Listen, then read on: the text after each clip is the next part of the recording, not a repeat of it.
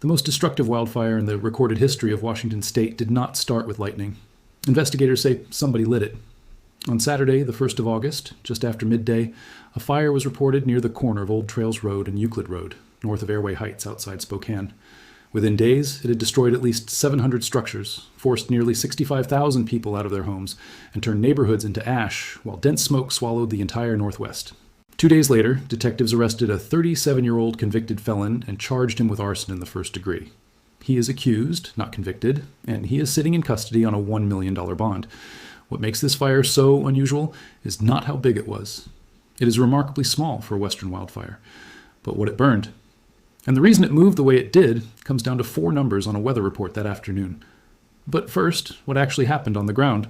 The fire is called the Old Trails Fire, and it is the largest of a group known collectively as the Spokane Complex, which also includes the Fairview and Autumn Lane fires.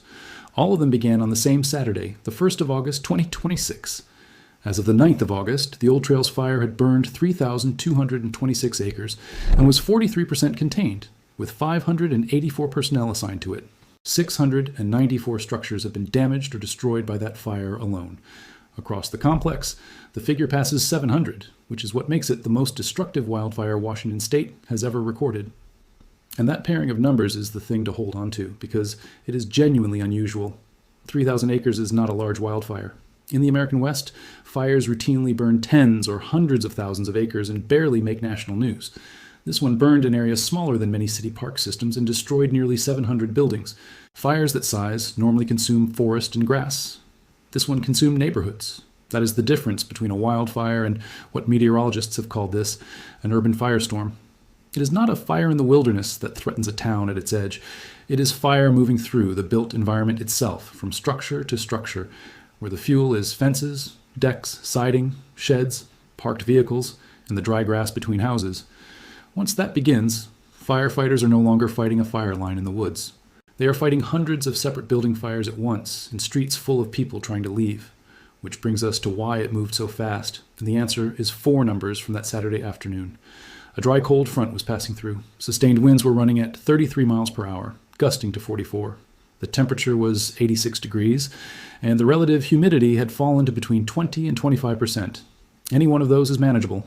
Together, they are the recipe firefighters dread.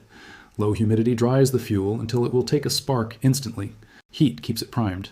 And a sustained 30-mile-an-hour wind does 2 things at once. It pushes the fire front faster than crews can build a line ahead of it, and it launches burning embers far out in front of the flames.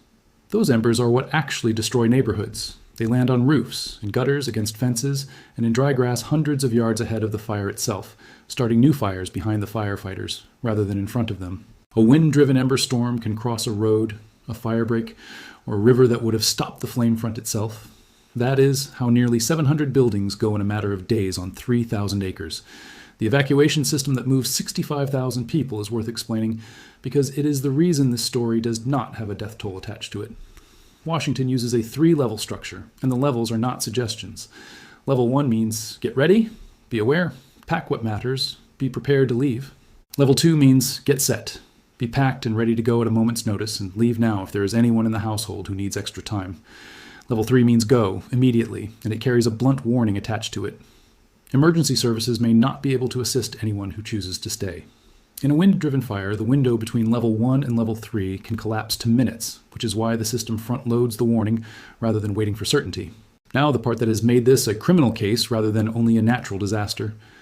On the 3rd of August, major crimes detectives from the Spokane County Sheriff's Office, working alongside investigators from the Washington Department of Natural Resources, announced they had identified and arrested a suspect in the ignition of the Old Trails fire.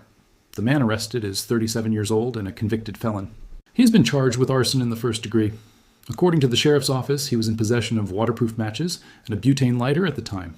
He remains in custody on a $1 million bond. It has to be said clearly and repeatedly, he is accused. He has been charged, not convicted, and the case has not been tried. Everything in that paragraph is what investigators have alleged and what the court records show, not a finding of guilt. But the allegation itself reframes the entire event. Wildfire coverage tends to treat these disasters as weather, something that happens to a region driven by drought and heat and lightning, with human beings only in the role of victims and responders. Roughly 85% of wildfires in the United States are caused by people, but the overwhelming majority of those are accidents, an escaped campfire, sparks from equipment, a vehicle, a downed power line. Deliberate ignition is a different category entirely because it removes the element of misfortune. If the allegation is proven, the most destructive fire in the history of Washington state was not bad luck arriving on a hot day. It was a decision made in the middle of the exact weather conditions that guaranteed what followed. Determining how a wildfire started is its own forensic discipline, and it is more precise than most people assume. Investigators work backwards from the burn pattern. Fire leaves directional evidence on everything it touches. Grass stems bend and char more heavily on the side the flames came from. Damage on tree trunks and posts is deeper on the approach side, and objects leave protected shadows on the ground pointing away from the origin. Following those indicators inward narrows the area from acres to a patch of ground, sometimes only a few feet across. Inside that patch, investigators look for what was left behind. A match, a lighter, a cigarette, the remains of equipment, evidence of a vehicle, or a burn pattern that matches an accelerant. That is why fire investigators and law enforcement work these scenes together, and it is why an arrest in a case this size can come within days rather than months. Meanwhile, the situation in Spokane has been improving, and that deserves to be stated rather than hidden. Spokane County Sheriff John Knowles announced that evacuation orders had been reduced significantly, with most areas across all three fires downgraded to level 1, allowing thousands of evacuees to go home. Numerous evacuation zones remain at higher levels, and the Old Trails fire is still only 43% contained, meaning most of its perimeter is not yet secured. But the peak of the emergency in that county is past. What has not passed is the rest of the western fire season, and the picture across the region is the reason smoke has not lifted.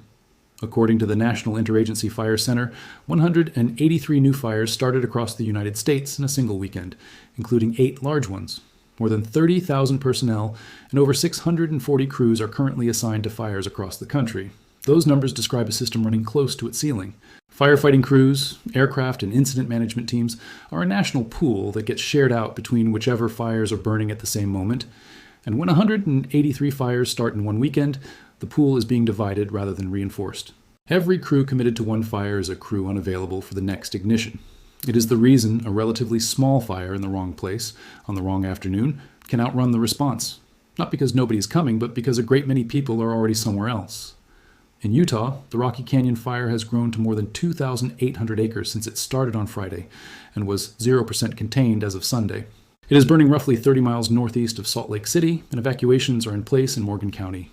0% containment means exactly what it sounds like. No part of the fire's edge has been secured, and its behavior depends entirely on the weather. Across the border in British Columbia, more than 20,000 people fled communities along Okanagan Lake over a single weekend as a fast-moving fire destroyed homes, with dozens of people rescued by aircraft. The province has declared a state of emergency covering all of British Columbia. That fire is not on American soil, but its smoke is. It is part of the dense smoke layer now sitting over the Pacific Northwest, degrading air quality across multiple states. That smoke is a hazard in its own right, and it reaches far beyond anyone who can see a flame. Wildfire smoke carries fine particulate matter, particles small enough to pass deep into the lungs and cross into the bloodstream, and it travels hundreds of miles from the fires that produce it. On the worst days, cities nowhere near an active fire record some of the poorest air quality in the country, and the people most affected are those with asthma, heart and lung conditions, the elderly, and children.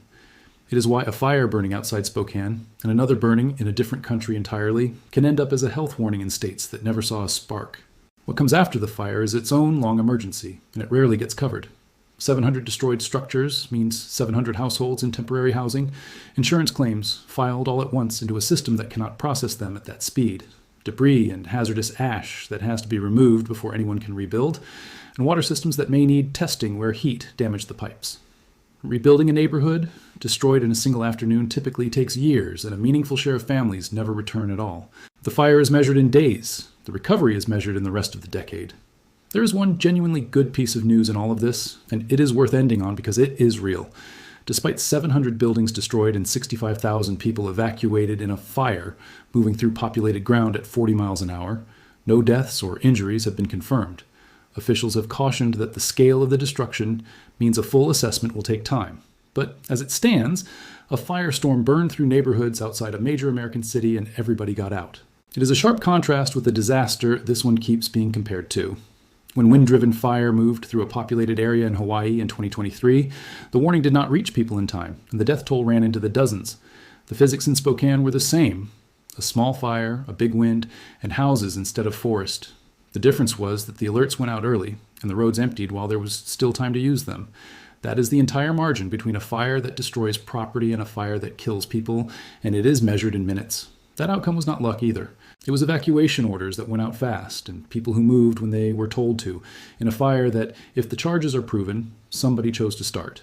Subscribe for the real numbers on the next one, verified and in full.